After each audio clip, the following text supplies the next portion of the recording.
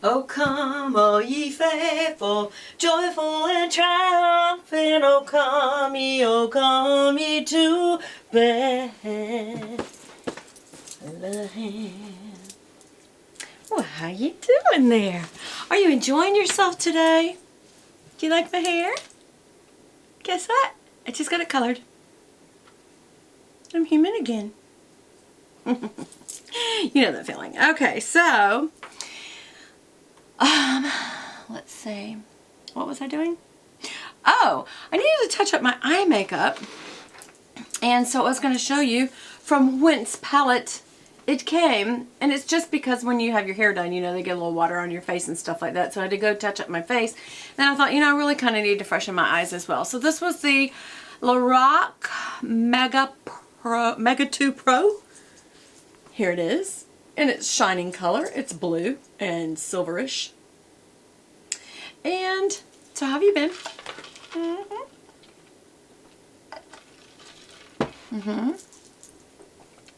So you've had a good day?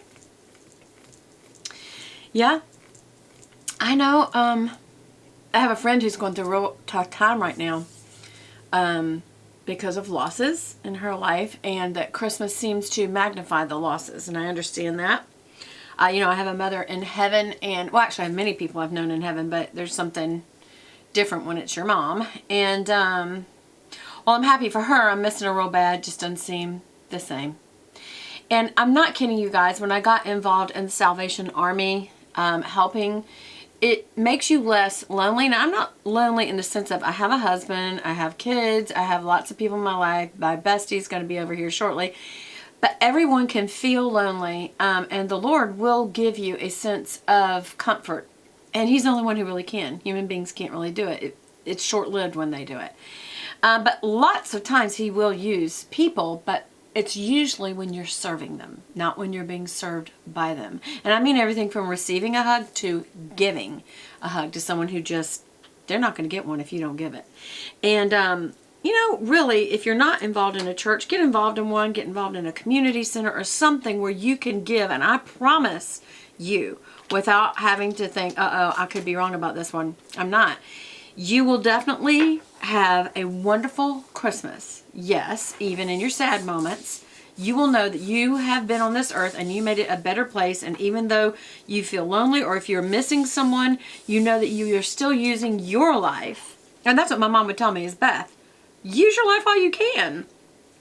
I mean, heaven's going to be better, but I do think that we're supposed to use this life for helping others instead of serving ourselves. And when we serve ourselves is when we get really, really depressed because there's never enough. There's never enough to serve yourself. But when you serve others, it's quite fulfilling. So anyway, and by the way, this isn't meant to be like lecturous or anything like that. I'm your friend, and I just want to help you through tough times and tough days, and the holidays can be that for some people. And I want to give you real advice, not make you feel good like, oh, I'm so sorry, even though I am. I mean, I do have sympathy. I understand. I do. But I also care about you, and I want to help you like climb out of it. And this isn't speaking to people who have like medical depression where they have an imbalance in their hormones. I'm talking about people with, and they should be, if you are, then get on meds. Talk to your doctor and get on meds to help you because you can't pull out of it by yourself. And there's nothing wrong with taking medication to help you. It's just like someone saying, well, you know, if you believe in God, you should be able to pull out of it yourself. It's like, well, then why are you wearing glasses? Or why do you take diabetes medication? Of course the Lord could heal all of us like that, but He doesn't always, and we don't always know why. And I do believe that He has made the herbs of the earth for us to take and to use for medicines. And yes, there's companies that are taking advantage of that, like people take advantage of everything. But I don't think there's anything wrong if you have a medical depression that you do something for it. But if it's situational depression, guys, there's situational ways to get out of it. And I can promise you that serving others is part of it. So it will lift your spirits to see someone else who's less fortunate become better off because of you. There's nothing like it. Okay. I'm off my soapbox and I'm on to the Pro palette. Okay. So let's touch up, shall we?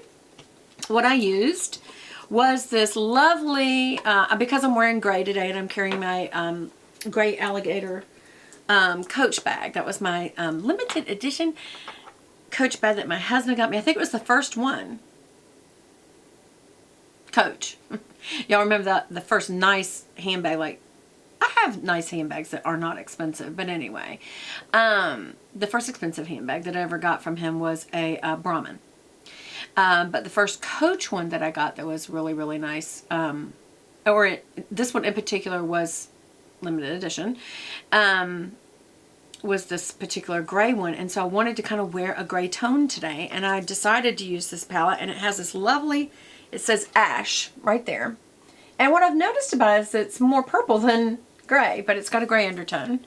And then gunmetal right there. And that's kind of like a sparkly shimmer gray right there. So it's these two. And then I did not want to use any of these yellow based tones. This one is a little more pink based, but a lot of these highlighters are yellow based, which makes sense. But I wanted to use more cool, and so I used this lavender mixed with chiffon. So it's between these two right here. So I'm just going to start with these are Sigma Beauty brushes. You know, they're part of my extravaganza line, which is got the 18 karat gold ferrules. The ferrules is the little metal crimping that holds the brush hairs in. And this is an E55. It's a kind of like a medium short shader.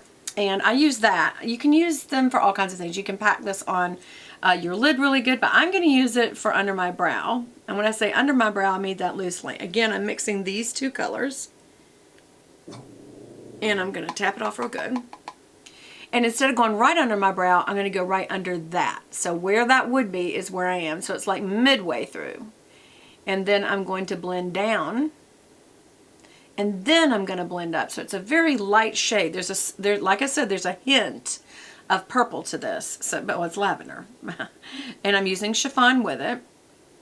And again, I'm going to tap that off into the pan. We do not waste our makeup because it's very expensive. Again, instead of being right under the brow, I'm going to be right under the brow. And then go down, pull it down into the kind of upper crease area, and then go up right under the brow. And then that way you've gotten the highlighter, but not a lot of color. You don't want a lot of color under there. Just, it's kind of like a sheen. Instead of pink, it's a sheen of purple. And for the inner corner, I'm going to use this color right next to chiffon called Prosecco, P-R-O-S-E-C-C-O. I don't know, is that a kind of food? I don't know. Anyway, it's a really pretty, it's kind of like a true champagne, and that's the one that I'm going to use for my inner corner. Some people use a very, very small brush for this, but I like this whole area of the inner corner, right? That whole thing. So I do that whole thing, just wiggle it back and forth, and then go straight out to the inner part of the upper lid and the lower lid. And it really wakes up that area of your eye. You want something really pigmented as you get older, because the more powder you put on, the more it highlights your wrinkles. So, yeah, you don't want to put a lot of excess on. Okay, so we got the color. And I'm going to use any extra right under the outer brow. And that gives us that kind of, yeah. I'm going to blend that out for sure. Okay. And then, what did I use for my blender color?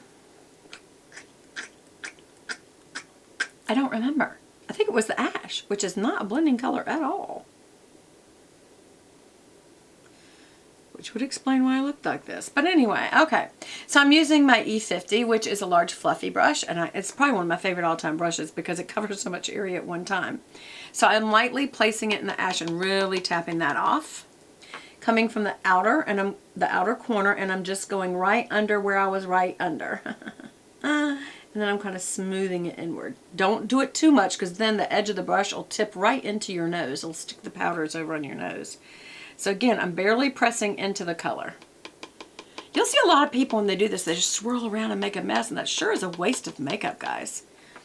Again, you always put down at the outermost area, because that's where the most of your color is going to be, and I'm going to blend that back out. Okay. Actually, I don't need any darker a color. I think, you know what I did? I think I used gunmetal. And it's actually pigmented as well. So instead, I'm going to use my E30, which is a pencil brush. I will tell you, these have a lot of fallout. Gosh. Is it my brushes? Yeah, these have a lot of fallout. Okay. So I'm just going to go once and back, once or twice in the actual crease, and then kind of focus right here on this outer color area. Make a V. And that's all. I really have this on backwards. That should have been underneath. So who cares? We just made a whole new look, right? Oh my gosh, y'all, you would not believe how much fallout I'm getting. Can you see that? Look right there at all that fallout. So yeah, you better tap it off or that's going to end up on your cheek. This is going to get so much into the other color, I'm going to have to blow this off into the trash can. Which sure is a waste. Sure is a waste indeed.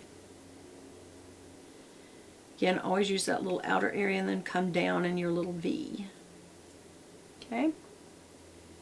For some reason that kind of balled up right there. I'm not sure why, but we're going to smooth that out. There. Then I'm going to use my short shader, which is an E20. And I decided to use, what did I decide to use? I think the ash, and that's when I really realized, wow, that's actually got a shade of purple to it. Do you think of ash as purple? I don't. Okay.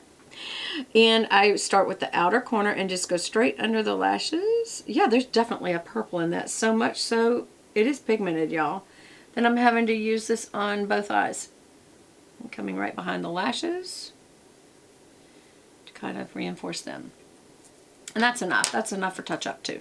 Now, when you're blending, you can use a clean brush, yes. But because I have so much cool tones, I am going to use the tawny color in here. Tap it out, blend back and forth.